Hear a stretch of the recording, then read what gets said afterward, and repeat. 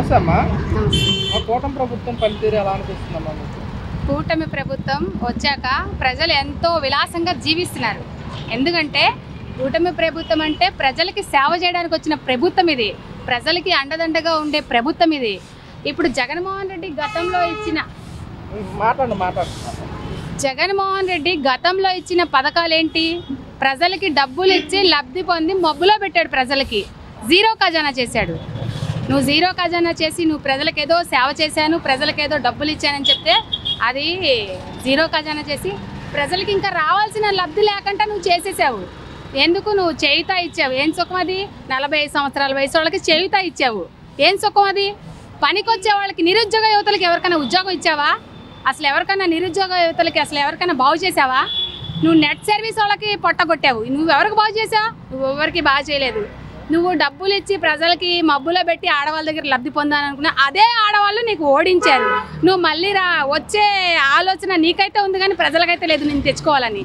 ఎందుకంటే ఇక్కడ మనకి విజయవాడ నగరానికి ఒక నగరమే చూసుకుంటే వరద వచ్చేసి ఎంత ఇబ్బంది పడితే ఫ్లడ్ వచ్చిన వాళ్ళకి అందరికీ అండగా నిలబడింది కూటమి ప్రభుత్వమే. మీది ఏ ఛానల్ ఇది? ప్రజా తీర్పు. ఇది మన ప్రజల కోసమే కదా ఇది.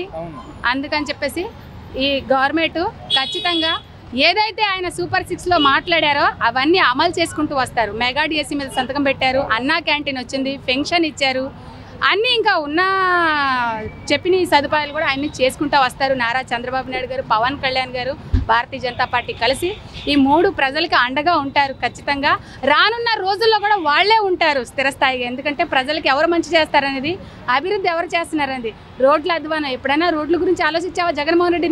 నువ్వా మాట్లాడుతున్నావు? నీకు ప్రతిపక్ష హోదా కూడా లేకుండా చేసిన ప్రజలే, నిన్ను ఓడించిన ప్రజలు మళ్ళీ ఎలా అనుకుంటున్నావు తీసుకొచ్చి నువ్వు డబ్బులు ఇస్తే సరిపోయిందా? ప్రజలకి అభివృద్ధి కావాలి, ఉద్యోగాలు కావాలి. నిరుద్యోగ యువత ఎంతమంది రోడ్డున పడ్డారు? ఈరోజు ఉద్యోగాలని, జాబ్ క్యాలెండర్ అన్నీ నువ్వు గతంలో చెప్పినని ఇప్పుడు చంద్రబాబు నాయుడు గారు, పవన్ కళ్యాణ్ గారు అన్నీ చేసుకుంటూ వస్తున్నారు.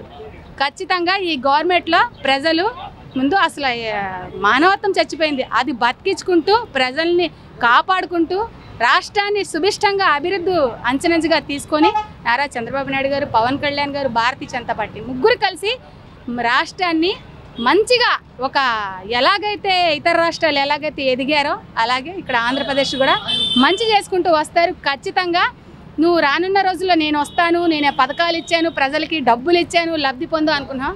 నీ డబ్బులు తిరిగి కొడతారు. నువ్వు డబ్బులు ఇచ్చి ప్రజలకి ధరలు పెంచావు. ఈరోజు అదే ధరల మీద నడుస్తుంది ఏంటి? రానున్న రోజుల్లో ప్రజలు ఇంకా ఎంతో సుఖశాంతులుగా విలాసంగా జీవిస్తారు. నువ్వు గతంలో పెన్షన్ 3000 ఇస్తానని 5 సంవత్సరాలు చేశావు. ఒక్క రోజులోనే ఇచ్చారు చంద్రబాబు నాయుడు గారు, పవన్ కళ్యాణ్ గారు. ఒక్క రోజులో 4000 రూపాయలు ఇచ్చారు. 3 నెలలు 3000 రూపాయలు కలిపి 7000 ఇచ్చారు. అది నాయకత్వం అంటే, అది ప్రజలకు ఆదుకోవడం అంటే, అది ప్రజల కష్టాలు ఆదుకునే నాయకులు అంటే వాళ్ళు నాయకులు. నీకు అసలు రాజకీయం తెలుసా? నువ్వు రాజకీయ ఉగ్రవాది. అసలు నువ్వు ఎందుకు పనికి వస్తావా? అందుకే నీకు లేకుండా చేశారు. నువ్వు వచ్చే కళలన్నీ మర్చిపో జగన్మోహన్ రెడ్డి.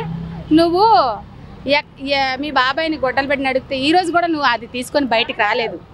నీ చెల్లి తల్లి రోడ్డుని పడితే వాళ్ళని ఆదరించలేదు. నీ బాబాయ్ కూతురు అలో లక్ష్మి అని కోర్టు చుట్టూ తిరిగితే వాళ్ళని కాపాడుకోలేపావు. నీ జాతకం ఇక్కడే తెలుస్తుంది కదా. నువ్వు ఇంకేం వస్తావు ప్రజల్లోకి? నువ్వు ప్రజల్లోకి వచ్చే కళ మర్చిపోయి నువ్వు జరిగిన తప్పులని సరిదిద్దడానికి ప్రయత్నించుకో. చంద్రబాబు నాయుడు గారు వైఎస్ఆర్ కాంగ్రెస్ పార్టీ అధికారంలో ఉన్నప్పుడు బటన్ నొక్కడం పెద్ద పనే, ముస్లిం కూడా నొక్కుతుంది అన్నారు కదా. ఇప్పుడు ఎందుకు నొక్కట్లేదని చెప్పేసి వైసీపీ వాళ్ళు అంటున్నారు. మీరేమన్నారు? చంద్రబాబు నాయుడు గారు వైసీపీలో ఉన్నప్పుడు బటన్ నొక్కడం పెద్ద పనే అని అడిగారు. బటన్ నొక్కడం పెద్ద పనా అంటే డబ్బులు ఉంటాయి కదా ఎవరైనా బటన్ నొక్కేది. డబ్బులు లేని ఏమి నొక్కుతారు? మొత్తం నొక్కొని నువ్వే పోయావు. ఇంకేం నొక్కుతారు వీళ్ళంతా? నొక్కొని పోయింది మొత్తం నువ్వు. ముసలమ్మైన నొక్కడానికి ఎవరైనా నొక్కడానికైనా ఉంటేనే కదా. ఇక్కడ ఖజానానే జీరో ఖజానా. అసలు నువ్వు అన్నా క్యాంటీన్ ఎందుకు తీసావు? 5 రూపాయలకి అన్నం తినే నిరుపేదలకి పొట్ట కొట్టావు నువ్వు. 5 రూపాయలు అన్నం తినే పొట్ట కొట్టిన అసలు అంతకంటే దుర్మార్గం ఏమైనా ఉందా?